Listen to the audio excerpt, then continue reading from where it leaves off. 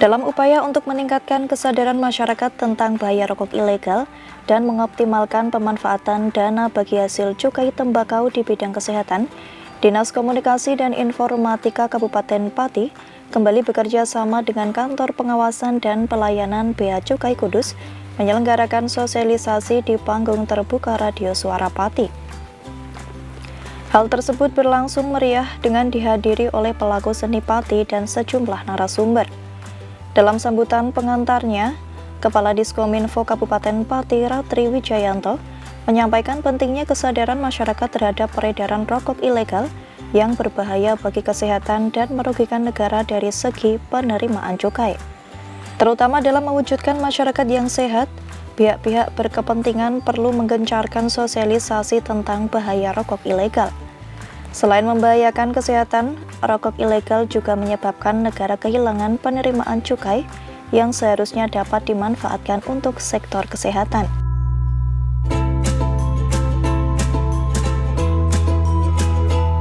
Bismillahirrahmanirrahim. Assalamualaikum warahmatullahi wabarakatuh. Selamat pagi, salam sejahtera untuk kita semua. Terima kasih Mas Bayu dari bagian perekonomian Seda Kabupaten Pati, Pak Sandi dari KPPBC Kudus yang tahu secara pribadi, Bu Eni yang dalam kesempatan ini mewakili Ibu Kepala Dinas karena berhalangan. Jadi pemirsa dan pendengar, kami juga mohon doanya karena besok itu akan ada penilaian Kabupaten Kota Sehat. Jadi beliau Ibu Kepala Dinas Kesehatan tidak bisa hadir secara pribadi karena mempersiapkan segala sesuatunya untuk penilaian besok. Jadi mohon doanya juga Pak Sandi. Kemudian kami informasikan juga kepada para pemirsa dan pendengar bahwa memang seharusnya hadir di tengah kita Bapak Ketua DPRD Kabupaten Pati. Tapi karena memang sudah kami undang dan mungkin ada tugas yang lebih penting sehingga belum bisa bergabung dengan kita semua. Kemudian saya juga terima kasih kepada Mas Bagio selaku pimpinan Campur Sari Barata yang telah support pada kami dan bisa terjalin silaturahim dan bekerja sama dengan baik.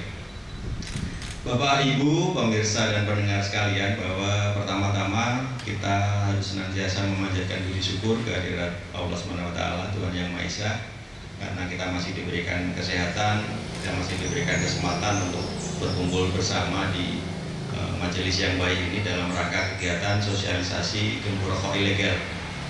Jadi memang sebagaimana kita ketahui dalam kegiatan ini memang salah satu bentuk program kegiatan yang sudah secara rutin dilaksanakan oleh Dinas Komunikasi dan Informatika dalam rangka untuk menginformasikan, untuk mensiarkan bahwa memang dari dana bagi hasil cukai dan tembakau di tahun 2022 yang memang kalau tidak salah secara nasional lebih dari 200 triliun itu ada yang memang disalurkan kepada kita yang ada di daerah dalam bentuk kegiatan-kegiatan seperti ini. Kemudian ini juga jangan sampai ada persepsi Dinas Kesehatan kan nggak boleh merokok ya. Tapi kenapa kok ini sosialisasinya gembur rokok ilegal? Jadi memang sekali lagi bukan kami membangun kontradiksi, tidak. Jadi memang kami juga tidak mensosialisasikan untuk merokok juga tidak. Jadi ini juga cerita ya, off the record. Artinya di dapur kami ketika dulu menyusun rencana kegiatan Pak Sandi, Mas Bayu, sempat ada diskusi di kami. Pak, ini sebaiknya kita sosialisasi, apakah nggak lebih baik di sekolah? Waduh, kalau di sekolah itu bahaya. Nanti kita bisa diasumsikan atau dipersepsikan yang tidak. Jadi malah disuruh merokok kita belajar ya, jangan. Jadi lebih baik kita cari kegiatan yang lain lah. Jadi jangan sampai mencari kegiatan-kegiatan yang bersinggungan dengan kontroversi seperti itu. Jadi sampai segitunya kami mendiskusikan dengan bawahan. Jadi nggak masalah untuk kami. Artinya kalau memang pilihannya tidak bisa ninggalin rokok bagi pemirsa dan pendengar, ya pakailah rokok yang ada cukainya. Jadi seperti itu. Jadi itu opsi terakhir Bu ini. Jadi bukan kita berseberangan ya Bu ya. Enggak, ini kalau memang nggak bisa ngempet, nggak bisa nahan, ya memang harus seperti itu ya, yang legal seperti itu. Jadi jangan sampai nanti ada pandangan yang minor terkait dengan kegiatan ini. Kenapa kok kayak berhadapan-hadapan dengan dinas kesehatan, notabene seperti itu.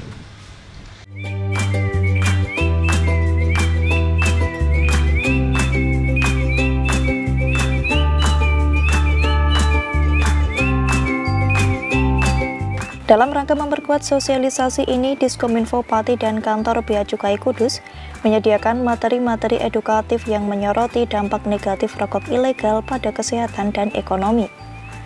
Selain itu, mereka juga memaparkan berbagai langkah yang telah diambil pemerintah untuk menggembur peredaran rokok ilegal, serta pentingnya mengoptimalkan dana bagi hasil cukai tembakau untuk memperkuat sektor kesehatan. Sementara itu, Kepala Seksi Penyuluhan dan Layanan Informasi Bea Cukai Kudus, Sandi Hendratmo Sopan, menekankan peran aktif masyarakat dalam mendukung pencegahan peredaran rokok ilegal.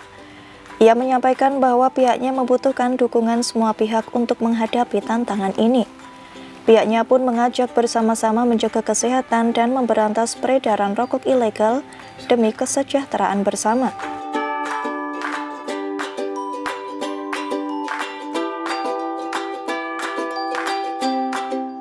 Terima kasih Pak Bayu, ini menarik ya.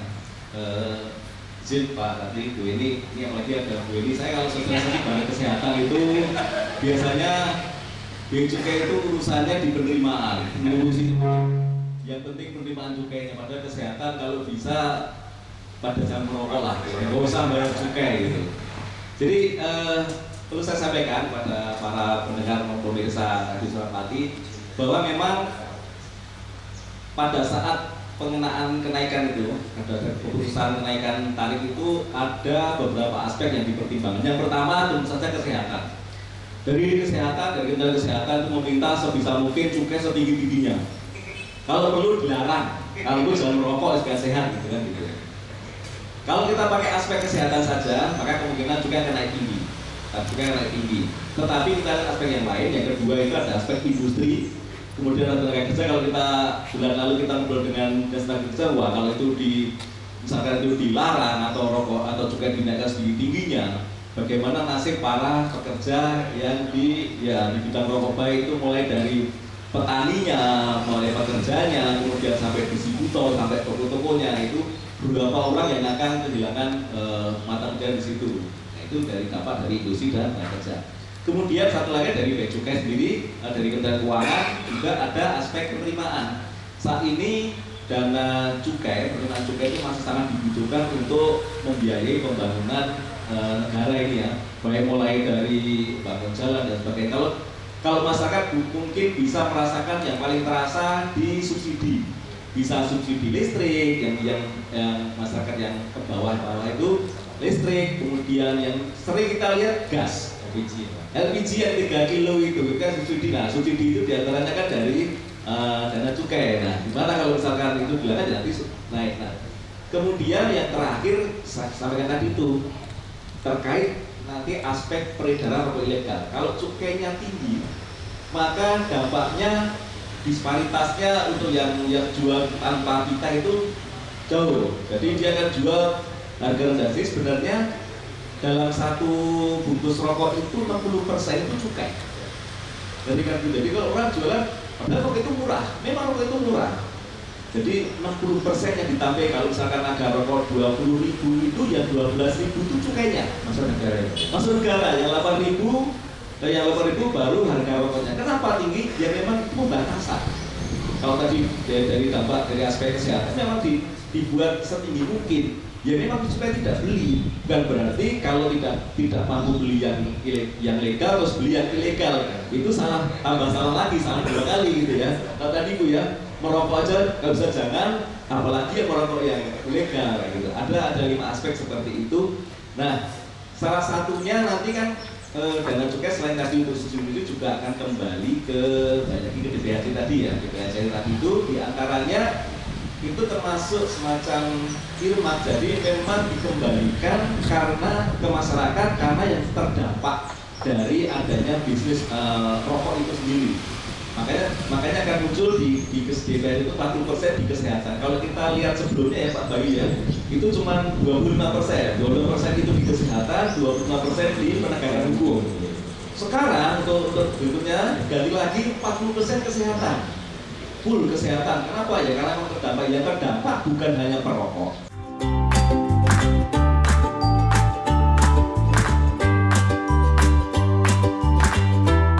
Selain itu, narasumber dari Dinas Kesehatan Pati memfokuskan pada pentingnya ada program pemahaman untuk tidak merokok sejak dini. Hal ini mengingat seiring adanya aturan kenaikan cukai rokok sebesar 10%, turut berdampak pada produsen nakal yang mematok harga rokok ilegal jauh lebih murah.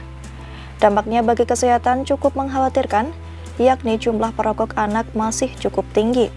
Hal itu didasari preferensi di semua kalangan umur masyarakat yang mengarah pada konsumsi rokok yang kurang pengawasan. Heni Rahmawati, Kepala Tim Promosi dan Pemberdayaan Dinas Kesehatan Kabupaten Pati, perlu ada pengalokasian dana bagi hasil cukai tembakau di bidang kesehatan untuk sosialisasi ke pelajar agar kenali bahaya merokok.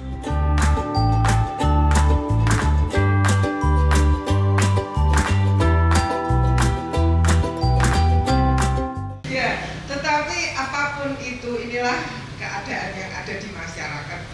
Tetapi sebelumnya izinkan saya memaparkan keadaan tentang masyarakat Kabupaten Pati terkait dengan rokok. Jadi sesuai dengan indeks keluarga sehat di Kabupaten Pati, itu apabila ada 10 rumah, maka 6 rumah itu pasti ada perokok, minimal 1 orang. Jadi sekitar 60% rumah yang ada karena indeks keluarga sehat dihitung dari rumah bukan per orang ya.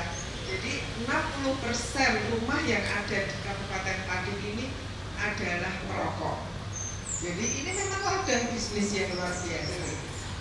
Dan selanjutnya untuk perokok ini yang paling mengkhawatirkan adalah kelompok anak-anak. Jadi untuk remaja 41,8% itu anak sudah pernah merokok. Pernah ya Pak, bukan merokok. Pernah merokok. Dan 0,41% itu anak perempuan juga sudah pernah merokok, remaja.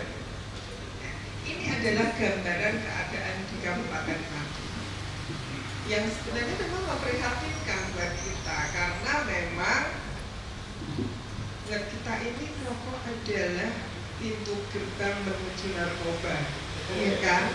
Tidak ada orang yang memakai narkoba yang bukan perokok. Semua pemakai narkoba adalah perokok. Ini menjadi sebuah kunci permasalahan kita. Jadi sebenarnya antara kami dan Pak Sandi tidak ada benturan Pak. Sama sekali tidak ada benturan ya.